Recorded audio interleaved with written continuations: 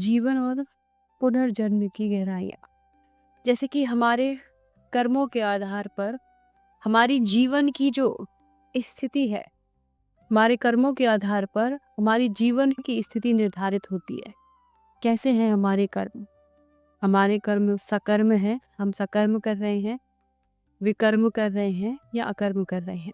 3 कर्म होते हैं, सकर्म, अकर्म और विकर्म। तो कौन सा कर्म कर रहे हैं, इसके आधार पर आपकी जीवन की स्थिति को रखा जाता है। और पूर्व जन्म के कर्मों के फल हमें इस जन्म में मिलते हैं। यह सोच केवल हमारे धार्मिक और सांस्कृतिक मान्यताओं का हिस्सा नहीं, बल्कि यह एक गहरी दर्शन शास्त्र की बात है। आपने पूछा कि एक बच्चा जो अभी पैदा नहीं हुआ, वह माँ के गर्भ में आते ही अरबपति क्यों बन जाता है, उच्च कुल में उच्च कुलीन क्यों हो जाता है, और दूसरा बच्चा निर्धन माँ के गर्भ में पैदा होता है? तो इसका उत्तर आप क्या देते हैं कि वह पूर्व जन्मों के कर्मों का फल है। पूर्व जन्म के कर्मों के कारण क्या कि कोई बच्चा अमीर माँ के गर्भ में पैदा होता है, कोई बच्चा गरीब माँ के गर्भ में, पूर्व निर्धारित कर्मों के अनुसार। कौन से कर्म है? सकर्म, विकर्म और कर्म। सकर्म कौन से? शास्त्रों में क्या बताया गया? क्या है सकर्म? सुख और जो सुख, समृद्धि और स्वर्ग की आशा से जो कर्म किए जाते हैं, उच्च लोकों की जो प्राप्ति करवाते हैं, वो क्या है? सकर्म। विकर्म वो है जो जीवन में दुख, अशांति, पीड़ा, शोक, असुरक्षा की भावना, ऐसे कर्म क्या? नरक की प्राप्ति करवाते हैं। ठीक है। और जो विकर्म करता है वही पशु पक्षी यानी कि निम्न योनियों में वही व्यक्ति जाता है जो विकर्म करता है। विकर्म मतलब पाप में कर्म।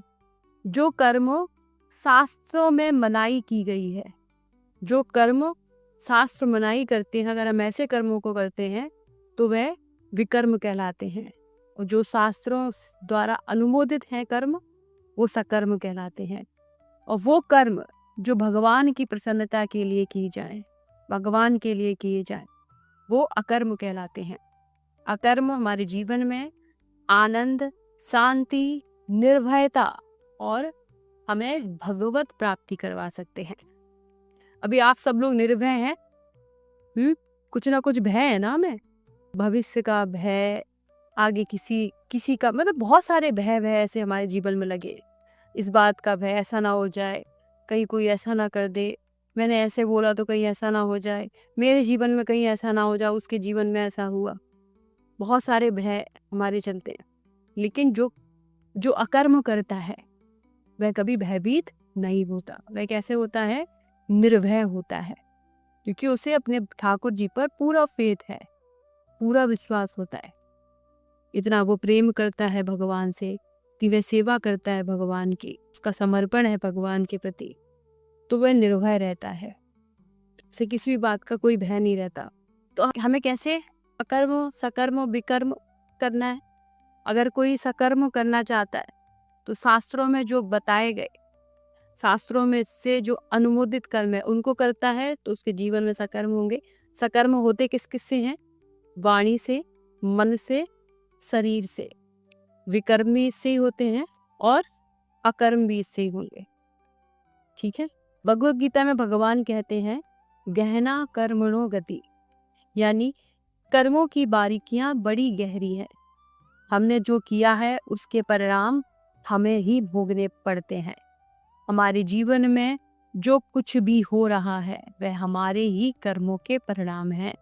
गहना कर्मणो गति, कर्म की गति बड़ी गहरी है, बड़ी गहन है। इसको हम ऐसे भी समझ सकते हैं, जैसे जब हम कोई बीज बोते हैं तो बीज का फल हमें ही मिलता है। अब हमने आम का बीज बोया तो आम के बीज में से अंगूर का फल निकलेगा? हाँ, नहीं। अब हमने बोए बबूल हैं तो उसमें से कोई रस भरा फल निकलेगा? कोई भी फल निकलेगा उसमें? ऐसा नहीं ना। तो वैसे ही कर्म रूपी बीज जो हम डालते हैं, तो जैसे बीज डालते हैं वैसे ही वह फलीभूत होता है। आप कैसे बीज डाल रहे हो, इसीलिए हमें ध्यान देना चाहिए कि हम कौन से बीज डाल रहे हैं। सकर्म वाले बीज डाल रहे हैं जो शास्त्र में बताए गए, तो मीठे मीठे रस भरे फल आएंगे। विकर्म वाले बीज डाल रहे हैं तो दुख, अशांति यानी कि कांटे भरे फल आएंगे। ऐसा फल मिलेगा जो कैसा होगा, कांटे भरा संघर्षमय जीवन।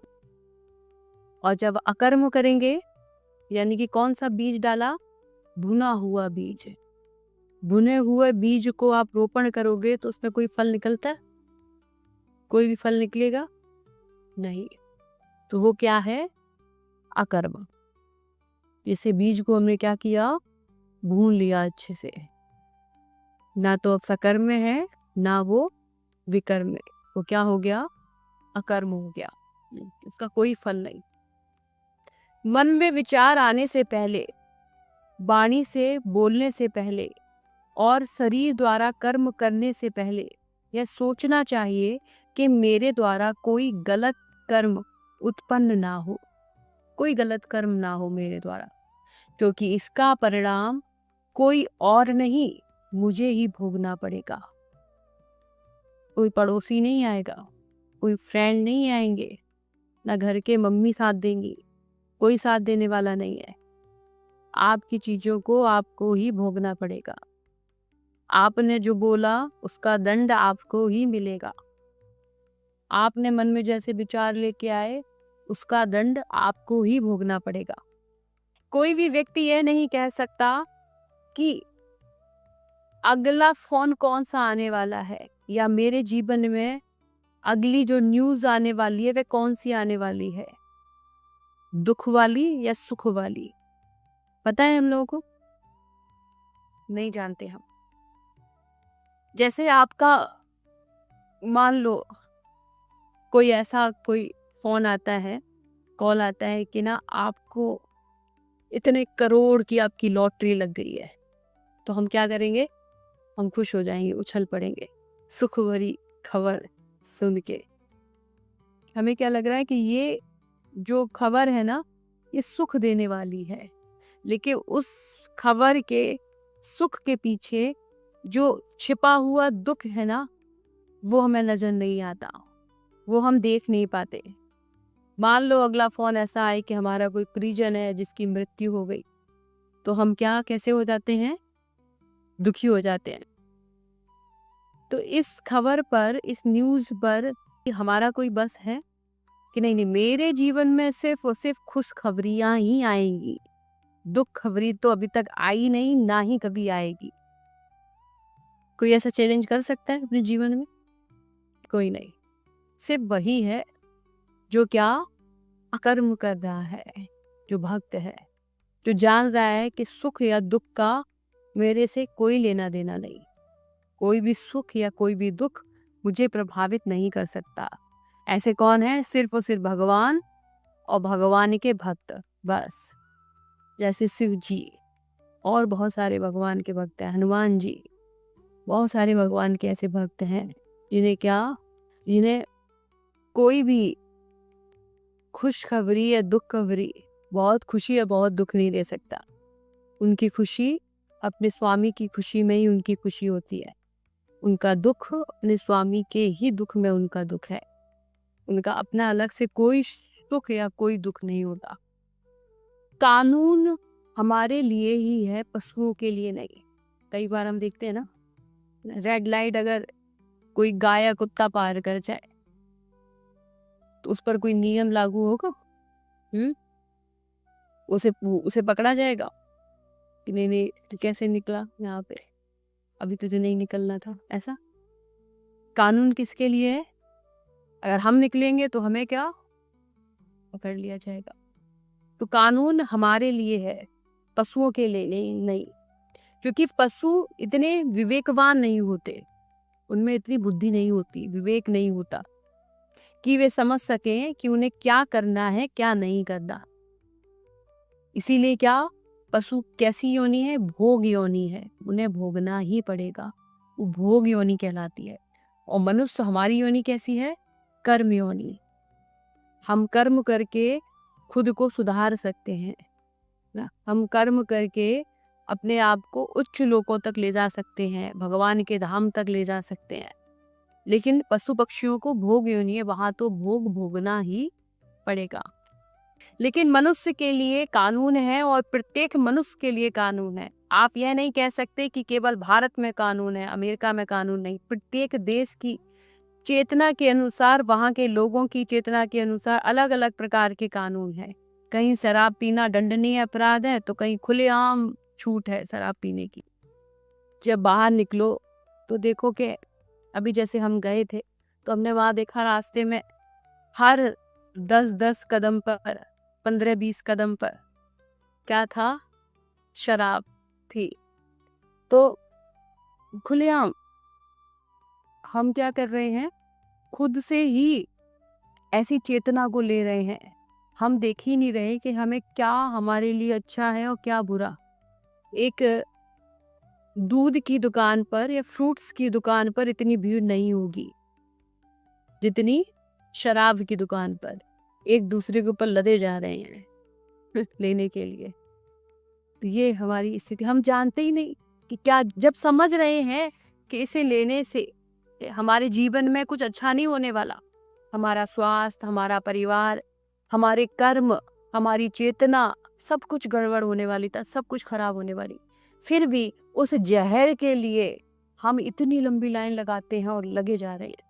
इसीलिए क्या हर 20-20, 50-50 कदम पर जगह जगह पे ठेके खुलते हैं। तो कानून हमारे लिए है और सब जगह है, चाहे वो कोई भी देश हो। कानून सब जगह है, लेकिन लोगों की चेतना के अनुसार, जहाँ जिस व्यक्ति की जैसी चेतना है उसके अनुसार कानून बनाए गए हैं। तो कहीं शराब पीना दंडनीय अपराध है तो कहीं खुलेआम छूट है, इसे खुली छूट है। तो जैसी चेतना है वहाँ के नेता, वहाँ के लोगों को वैसे ही कानून बनाते हैं। कानून सब जगह है, पूरी पृथ्वी पर है। आप किसी आदिवासी कबीले में भी चले जाएं तो वहां भी कैसे है, कानूनी व्यवस्था है। देखिए ना, मूवीज में, सीरियल्स में देखिए ना, कबीले वाले भी देखे तो वहां पे भी क्या कानून होते हैं। रियल में तो नहीं देखे होंगे, लेकिन ऐसे देखे हैं ना, तो वहां भी उनके अपने अलग कानून होते हैं। कबीले वालों के उनके अलग कानून, अलग व्यवस्था, अलग नियम, तो वो अपने नियम अपने कानून के हिसाब से चलते हैं। लेकिन ये सारे कानून किसके लिए हैं? मनुष्य के लिए, पशुओं के लिए नहीं। संसार में रहते हुए केवल सांसारिक कानूनों को जानना होगा। क्या भारत का कानून अमेरिका में काम करेगा? इस लोक में हम जो भी जीवन जी रहे हैं और जब शरीर छोड़कर परलोक जाएंगे तो यहाँ का कानून वहाँ काम करेगा? नहीं। अगर आप भारत में रह रहे हो, भारत से आप अमेरिका जाना चाह रहे हो, अमेरिका जा रहे हो, तो आपको वहाँ के कानून को पहले जानना होगा। जानोगे तभी आप वहां सेफ रह पाओगे, तभी आप वहां जा सकते हो। तो वैसे ही इस संसार में हम रह रहे हैं तो इस संसार का कानून अलग है, और जब इस संसार को छोड़कर, इस शरीर को छोड़कर हम दूसरे लोक में जाएंगे तो वहां का कानून अलग है। परलोक का कानून, परलोक का कानून क्या है? अलग है। तो हमें समझना होगा, मान लीजिए किसी के साथ कुछ गलत हुआ, विपरीत परिस्थिति आई, जैसे उसकी धर्म पत्नी की मृत्यु हो गई या उसकी प्रेमिका उसे छोड़कर भाग गई। मान लो कुछ भी हो सकता है, प्रेमी छोड़कर भाग गया, प्रेमिका छोड़कर भाग गई, या पति छोड़कर चला गया। फिर वो क्या करता है? या तो वो सुधरता है कि नहीं नहीं, अब मुझे समझ में आ गया, इस संसार में कहीं प्रेम नहीं है। किसी से भी कितना भी प्रेम कर लो, किसी की भी कितनी भी केयर कर लो, लेकिन इस संसार में कहीं पर भी प्रेम नहीं है। तो या तो वो सुधर जाता है और भगवान का भजन करने लग जाता है, क्योंकि प्रेम करने वाले सिर्फ एक ही है, मुझे समझ में आ जाता है, भगवान। नहीं तो क्या दूसरी स्थिति क्या होती है? और ज्यादा बिगड़ जाता है। या तो सुधरेगा या तो बिगड़ेगा, पशुवत व्यवहार करेगा, शराब पीने लगेगा, गलत संग करता होगा। और दूसरी तरफ कोई व्यक्ति ऐसा होता है जो भगवान की शरण में जाएगा और शास्त्रों का स्वाध्याय करेगा। तो अलग अलग लोगों के जीवन में अलग अलग तरीके से परिवर्तन होता है। जो उसने किया है उसी के अनुसार उसे क्या फल मिलता है, जैसे उसने कर्म किए हैं। एक व्यक्ति जो जेल जाता है अपने कर्मों के कारण, क्योंकि उसने ऐसे कर्म किए कि उसे जेल में डाला गया, वह जेल जाता है। एक व्यक्ति न्यायाधीश बनता है, किसके कारण? अपने कर्मों के कारण। कोई जेल में है और कोई न्यायाधीश है। मान लो दोनों ही मित्र थे, लेकिन एक क्या हुआ? न्यायाधीश हुआ, और दूसरा कहाँ है? जेल में है। किसके कारण? अपने कर्मों के कारण। उसके कर्मों के फल उसे ही प्राप्त होते हैं। जिसने गलत कार्य किया है उसे गलत परिणाम मिलेगा, जिसने अच्छा कार्य किया है उसे अच्छा परिणाम मिलेगा। तो मनुष्य जीवन, ये मानव जीवन का ये विशिष्ट वरदान है, ये क्या? मानव शरीर, कि हम जैसा करेंगे वैसा ही फल पाएंगे। एक पशु ना तो जेल जाता है और ना ही न्यायाधीश बनता है, वो तो क्या, सिर्फ और सिर्फ अपने कर्मों को भोगता है। लेकिन हम मनुष्य क्या कर सकते हैं? अपने कर्मों को सुधार सकते हैं। हमारी एक कर्म योनि है। जैसे हम लोग कहते हैं ना, मेरे भाग्य तो खराब ही है, मेरे भाग्य में कुछ भी नहीं, वो देखो कितना अच्छा है, वहाँ सारी चीज़ें हैं, मेरी तो किस्मत ही खराब है, मेरे साथ कुछ अच्छा ही नहीं होता है, जहाँ जिस काम में हाथ डालते हैं वही काम खराब हो जाता है, ऐसा वैसा, ये वो ये वो। यानी कि हम ठीक हैं और गलतियाँ कहाँ हैं? और चारों तरफ मुझे कमियां गलतियां घेरे, हम तो ठीक है ना।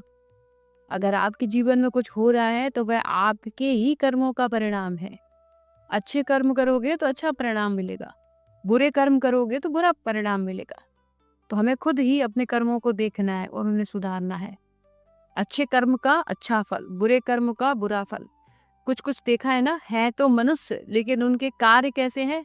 पशुवत कार्य, पशुओं जैसे कार्य। सिर्फ इसके अलावा और कोई कार्य नहीं है। सिर्फ अपना स्वार्थ, अपना खाना, अपनी चीजें, अपना कंफर्ट, अपने अपने अपने बारे में सोचना, सिर्फ मैं बस। तो कौन है? पशु। पशु बनने की तैयारी है। मानव जीवन मैं के लिए नहीं मिला कि मैं करते रहे। मैं कौन करता है? बकरी। मैं। तो जब हम मैं करेंगे ना, तो फिर ठाकुर जी क्या उसी शरीर में भेज देते हैं, खूब आराम से मैं करो जाके। तो इसीलिए मनुष्य जीवन मैं करने के लिए नहीं मिला। मनुष्य जीवन ये जानने के लिए मिला है कि हर क्षण हर पल ये विचार करें कि मेरे द्वारा कौन से गलत कर्म हो रहे हैं। अच्छा, आप लोगों ने ऑरा सुना है? ऑरा जानते हैं ना? इतना अच्छा ऑरा, इनका ऑरा इतना अच्छा है।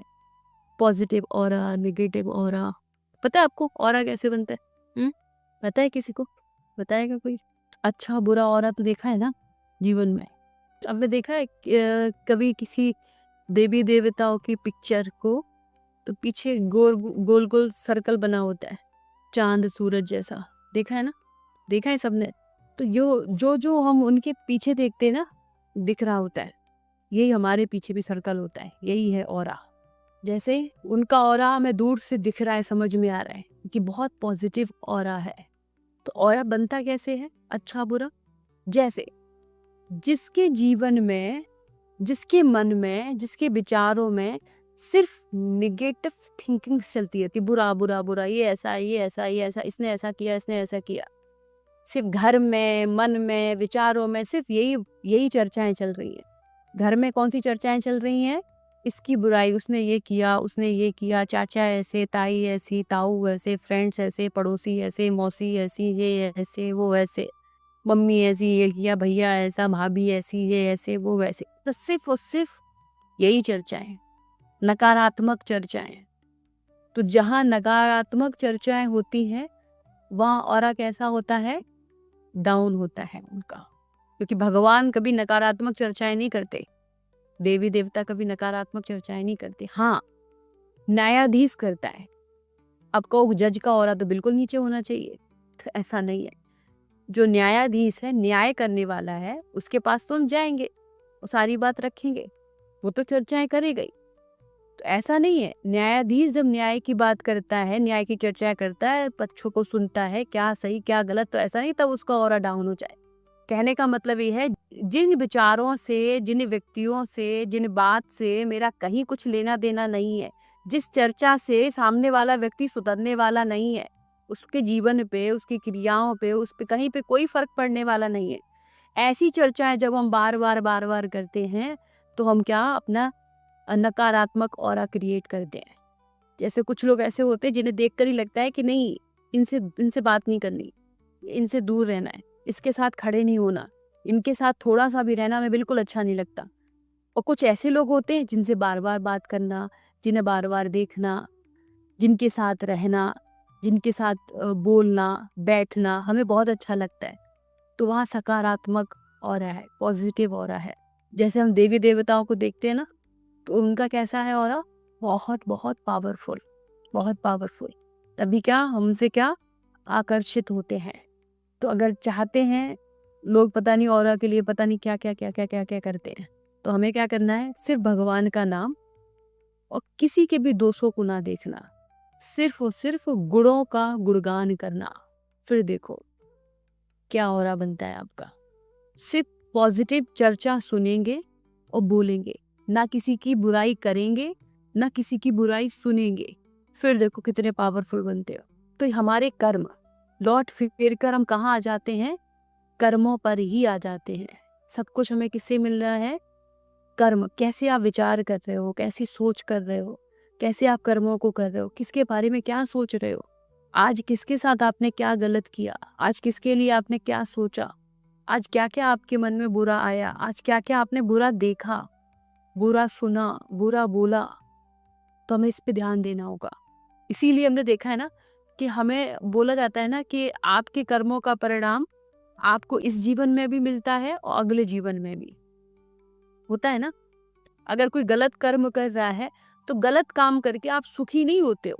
जैसे सब क्रोध करते हैं, क्रोध आया, कुछ भी बोल दिया, तो कुछ कुछ भी उल्टा बोलने के बाद आपको खुशी मिलती है। अरे यार, आज तो दिल को बड़ी तसल्ली मिल गई, खूब अच्छे से सुना दिया, आज बहुत अच्छी नींद आएगी। ऐसा होता है, किस किस किस के साथ होता है ऐसा कि आज तो मजा आ गया, आज जो कुछ भी किया बहुत अच्छा किया, खुद की पीठ थपथपा लें, अरे वाह क्या बात है, आज के लिए तो मैम शाबाशी देते हैं, बहुत अच्छा किया तुमने। ऐसा लगता है क्रोध के बाद? किसको किसको लगता है ऐसा? कभी क्रोध आया हो, खुद को शाबाशी दी हो, वाह क्या बात है, मुझे नहीं पता था तुम इतना अच्छा बोल लेती हो, इतनी अच्छे से बातें कर लेती हो, इतना अच्छे से क्रोध कर लेती हो, अरे वाह, पता नहीं था, आज जाना। नहीं होता ना कभी। क्रोध करने के बाद क्या हमेशा पछतावा ही होता है, क्यों बोला, ना बोलते, बार बार जलते हैं, जलन होती है, परेशानी होती है, क्योंकि जो अब बोल दिया वो वापस नहीं आ सकता। जो कर्म क्रिएट कर दिया वो सुधर नहीं सकता, जो हो गया वो वापस नहीं लेके आ सकते। इसीलिए बोला जाता है कि बहुत ध्यान देना है। मनुष्य जीवन कर्मयोनि, तो कर्मों पर ध्यान देना। कौन सा कर्म, सकर्म, अकर्म या विकर्म, क्या कर रहे हैं। ठीक है, तो सुनकर लग रहा है कि इससे अच्छा तो पशु ही हो जाते, आराम से जब चाहो तब उठो, जब चाहो तब सो, जब चाहो तब खाओ, जब चाहो तब कुछ करो, है ना। क्योंकि हमें यही अच्छा लगता है, 11 बजे उठना, 2-3 बजे सोना, फिर बिना नहाए खाना, बिना ब्रश करे कुछ भी उठाओ खा लो। कौन करता है ऐसे? जिसके यहाँ कुत्ता पला होगा वो देख रहे होंगे। कुत्ता क्या करते हैं, या कोई भी पेट पला होगा, वो कहते हैं नहीं नहीं मुझे नहीं खाना, पहले मुझे नहलाओ तब हम खाएंगे। कोई पेट ऐसे बोलता है? कोई नहीं बोलता। हमें भी यही लगता है, चाहे सर्दी हो या गर्मी, पहले पेट पूजा, बाद में काम दूजा।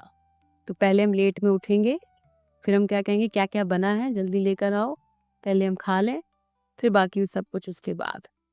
तो हमें यही अपने सारे कर्मों को देखना होगा। ये उल्टे कर्म, पशुवत व्यवहार करेंगे, पशुवत कर्म करेंगे तो पशु बनने की तैयारी कर रहे हैं। तो हमें पशुवत कर्म नहीं करना। समय से उठना, समय से सोना, समय से खाना, पहले इसे सुधारना। और अपने जीवन में ठाकुर जी को जोड़ना, अपने जीवन में श्रवण और कीर्तन को जोड़ना। श्रवण करो, कीर्तन करो, सुनो और बोलो, और फिर जो भी श्रवण कर रहे हैं उसे अपने आचरण में लेकर आए।